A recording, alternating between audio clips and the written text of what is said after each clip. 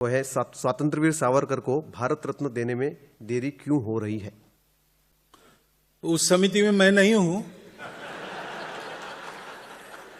लेकिन कोई मिला तो मैं पूछूंगा। लेकिन स्वतंत्रवीर सावरकर को भारत रत्न मिला नहीं मिला, तो भारत रत्न मिला तो उस सम्मान का गौरव बढ़ेगा।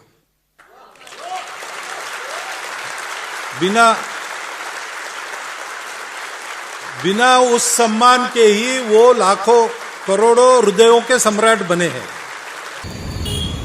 आज मैं नासिक की भूमि, जो सावरकर जी की कर्मभूमि थी, भगूर से वो शिक्षा के लिए आए थे, वहाँ से बोल रहा हूँ।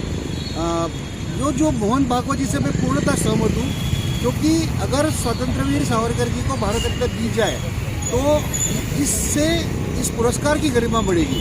स्वतंत्रवीर सावरकर की गरिमा बढ़ाने के लिए वो कोई इसको पुरस्कृत करने की आवश्यकता नहीं है। और मुझे लगता है हमारे परिवार का भी यही कह रहा था कि हमने कभी मांग की नहीं करेंगे, मगर हमारा यही मानना था कि जनता ने उन्हें जो स्वतंत्र उपाधि दी है वो हम सबसे महत्वपूर्ण मानते हैं। और अगर सरकार उन्हें पुरस्कृत करना चाहती है तो मुझे लगता है कि स्वतंत्रवीर उपाधि इसे अधिकृत कर दे। जैसे महात्मा गांधी की महात्मा उपाधि ये ब्रिटिश काल में सेंट्रल प्रोविंसेस ने एक जीआर निकाल के अधिकृत की। किस बात के लिए दिया जाएगा? मुझे तो ये था कि भारत रत्न जो है बहुत बड़ा सम्मान है। सावरकर साहब ने सबसे पहले 2 राष्ट्र की 2 नेशन थ्योरी दी, जिसको बाद में मुस्लिम लीग ने अडॉप्ट किया। मुस्लिम लीग ने और इन लोगों ने मिलकर के सरकारें बनाई, सरकारें गिनाई, और जिस अखंड भारत की बात करते हैं उसको खंड खंड करने का काम तो इन्होंने करा दिया। अगर वो न हुआ होता, पाकिस्तान न बना होता, तो आज हम कितनी बड़ी ताकत के अंदर होते और कितने बड़े भूभाग के ऊपर हमारा राज होता। तो ये सब चीजें हैं। मैं तो यही बात कही थी, इसके अलावा कुछ नहीं है। मोहन जी ने जो सावरकर जी के लिए जो भावना जताई है, आई थिंक हर भारतीय यही भाव रखता है। और मुझे लगता है कि भारत रत्न से भी वो कहीं ऊपर है, लेकिन भारत रत्न अगर सावरकर जी को मिलता है तो हर देशवासी के लिए ये गर्व की बात होगी। देखिए, भारत रत्न चुनिंदा लोगों को दिया जाता था। भारतीय जनता पार्टी की सरकार ने उसे राजनीतिक कर दिया है।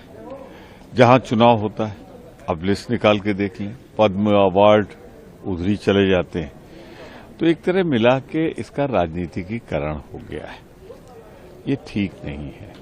जहां तक सावरकर साहब का है, हो सकता है उनके मानने और जानने वाले आरएसएस के लोग हों, लेकिन बहुत से लोग आलोचना भी करते हैं। तो मैं इस विवाद में न पड़ते हुए इतना कहना चाहता हूं कि ये उनके विचार हैं, हमारे नहीं। कि वो जानबूझकर देख रहे हैं सरकार फंसी हुई है पार्लियामेंट में, तो कुछ विवाद पैदा करो, और विवाद पैदा किए जा रहे हैं। तो कुल मिलाकर मैं सिर्फ इतना कहना चाहता हूं कि भारत के संविधान के अनुसार और सरकार की जो नीति है वो अपनी जगह है, लेकिन मैं कहना चाहता हूं कि आरएसएस जो कुछ भी कर रही है वो समय अनुकूल नहीं। देखिए, जो जीवन वृत्त अगर हम वीर सावरकर जी का देखते हैं तो एक जो संघर्षमयी और अपने को एक कठोरतम कष्ट देकर भी राष्ट्र सेवा में जो उनका समर्पण है, अर्पण है, उसको जितना हम स्मरण करते हैं उनके प्रति श्रद्धा का भाव जागृत होता है।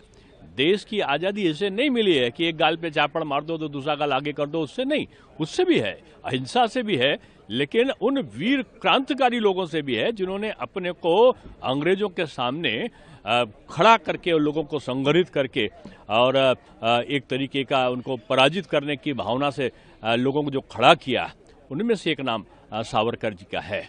और मैं समझता हूँ कि सावरकर जी के बारे में देश की अधिकांश जनता, क्या मैं बहुत बड़ी संख्या जो है उनको इस रूप में देखना जरूर चाहती है। यानी भारत रत्न का गौरव आज तक प्रतीक्षा कर रहा है किसी के लिए क्या? मतलब मुझे समझ में नहीं आ रहा। मोहन भागवत जी आजकल इसको हमारे यहाँ कहते हैं उठौना, दूध का उठौना के हिसाब से बयान देते हैं। कल उन्होंने कहा था हिंदू, मैंने कहा पूछा कि सीवर में उतर के मरने वाला हिंदू नहीं है। इन विसंगतियों पे बात करिए। सरकार तो आप ही चला रहे हैं सावरकर साहब, बाकी तो सब नाम के हैं, कठपुतली। सम्मान, इससे ज्यादा अपमान क्या होगा?